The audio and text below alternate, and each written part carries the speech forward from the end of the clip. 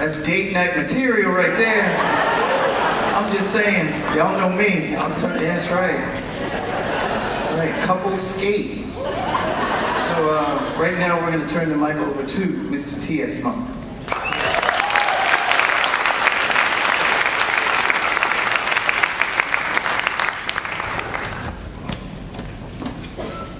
First of all, Robert.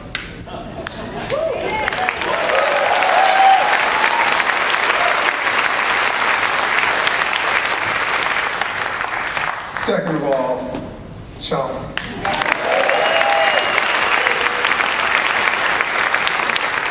Third of all, this wonderful Charleston Jazz Orchestra. First class all the way. I am T.S. Monk. I'm not Thelonious Monk Jr. Thelonious Monk was actually Thelonious Monk Jr. I'm actually Thelonious Monk the third. I have a 6'5" son who's Thelonious Monk the fourth. And I told him, you better just get it done. I want to see number 5. But it's a pleasure to be here in Charleston and playing with this wonderful orchestra that's covering up all my mistakes and making me look good. It's a wonderful feeling. You don't know. There's like all kinds of secrets that go on in the band that people never know about. But this year is Thelonious' centennial year. And I'm very proud of that fact. He would not believe it.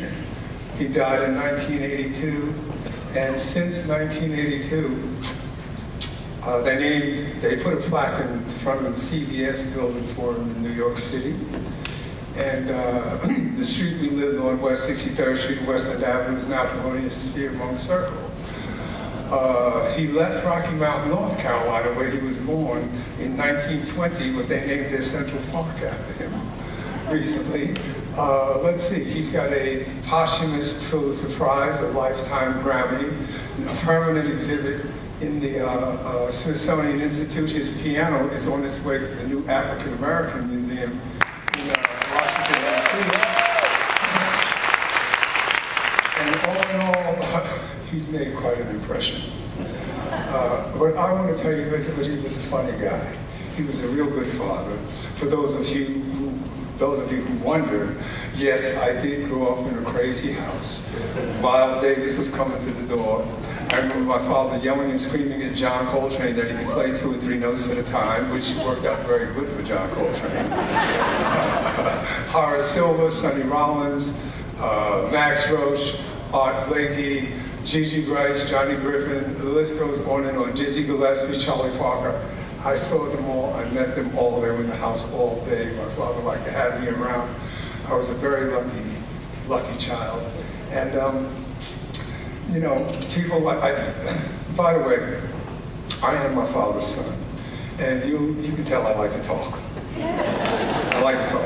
And Thelonious liked to talk a lot, although you read this jive, you know, about how he was detached, he was disconnected, and he didn't like to say much and all of that. That was after they actually jammed him up. For instance, he wrote Around Midnight when he was 23 years old, didn't see royalty for about 6 or 7 years. So he had reasons to get upset now and then. But he'd get upset in funny ways. So I want to take a minute and tell you a funny Thelonious Monk story, because, you know, he was just off the hook. So, I'm 16 years old, and my father was playing at a club in Milwaukee. It was called Leo's Casino, right? So that gives you an idea of who was running the joint, right? And I remember we walked into the club, and I'm with him, and he's these great big guys in pinstripe suits and stuff. And they said, hey, Eddie, this is the Monk here. He's one of the greatest. Anything he wants in town, he's got it. These were real gangsters, right? So now this Thelonious and his really special tenor player, Charlie Rouse. But they're the older guys in the band, and they're 2 young guys in the band. One was a wonderful bass player by the name of Larry Gales. The other one was a wonderful drummer by the name of Ben Riley. So we're in Leo's Casino, and across the street, Leo owns a strip joint, right? So in between every set, the young guys, Larry Gales and Ben Riley, they'd go over to the strip joint to talk to the girls, right? So now I'm 16 years old, I'm in the club, and I'm sitting at the bar every night, and every night, these guys, they're coming back, and they're just cutting it closer and closer to hitting time. And one night, Larry Gales gets back, but Ben Riley doesn't get back, right? So Thelonious, he says, well, you know, it's a trio.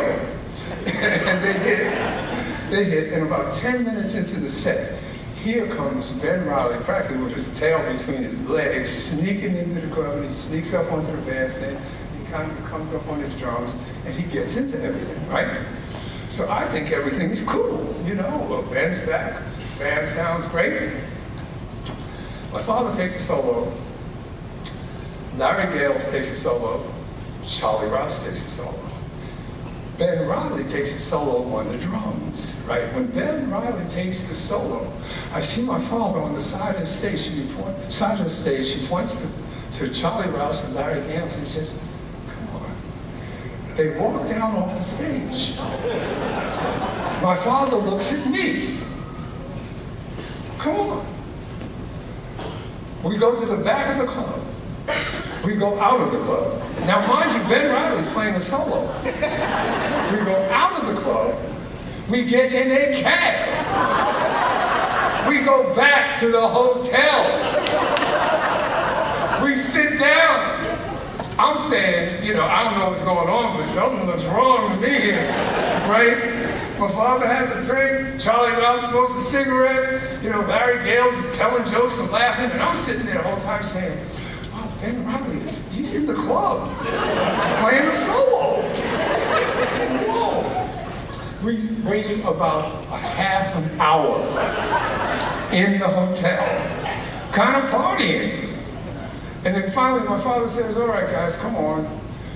We go back down the stairs, back down the elevator hotel, get back in the taxi. Now remember, oh, this is taking extra time too, besides the 30 minutes we spent partying up in the room. We get back in the cab, we go back to the club. Ben Riley, who I adore, one of the great, great drummers in jazz, when he was young at the time, was he was a shell of his former self. He had played everything he learned in high school, everything he learned in college, everything he learned playing with Sarah Vaughan, everything he ever knew, he had played it and it was done, cooked. You could stick a fork in him. Needless to say, Ben Riley was never late again.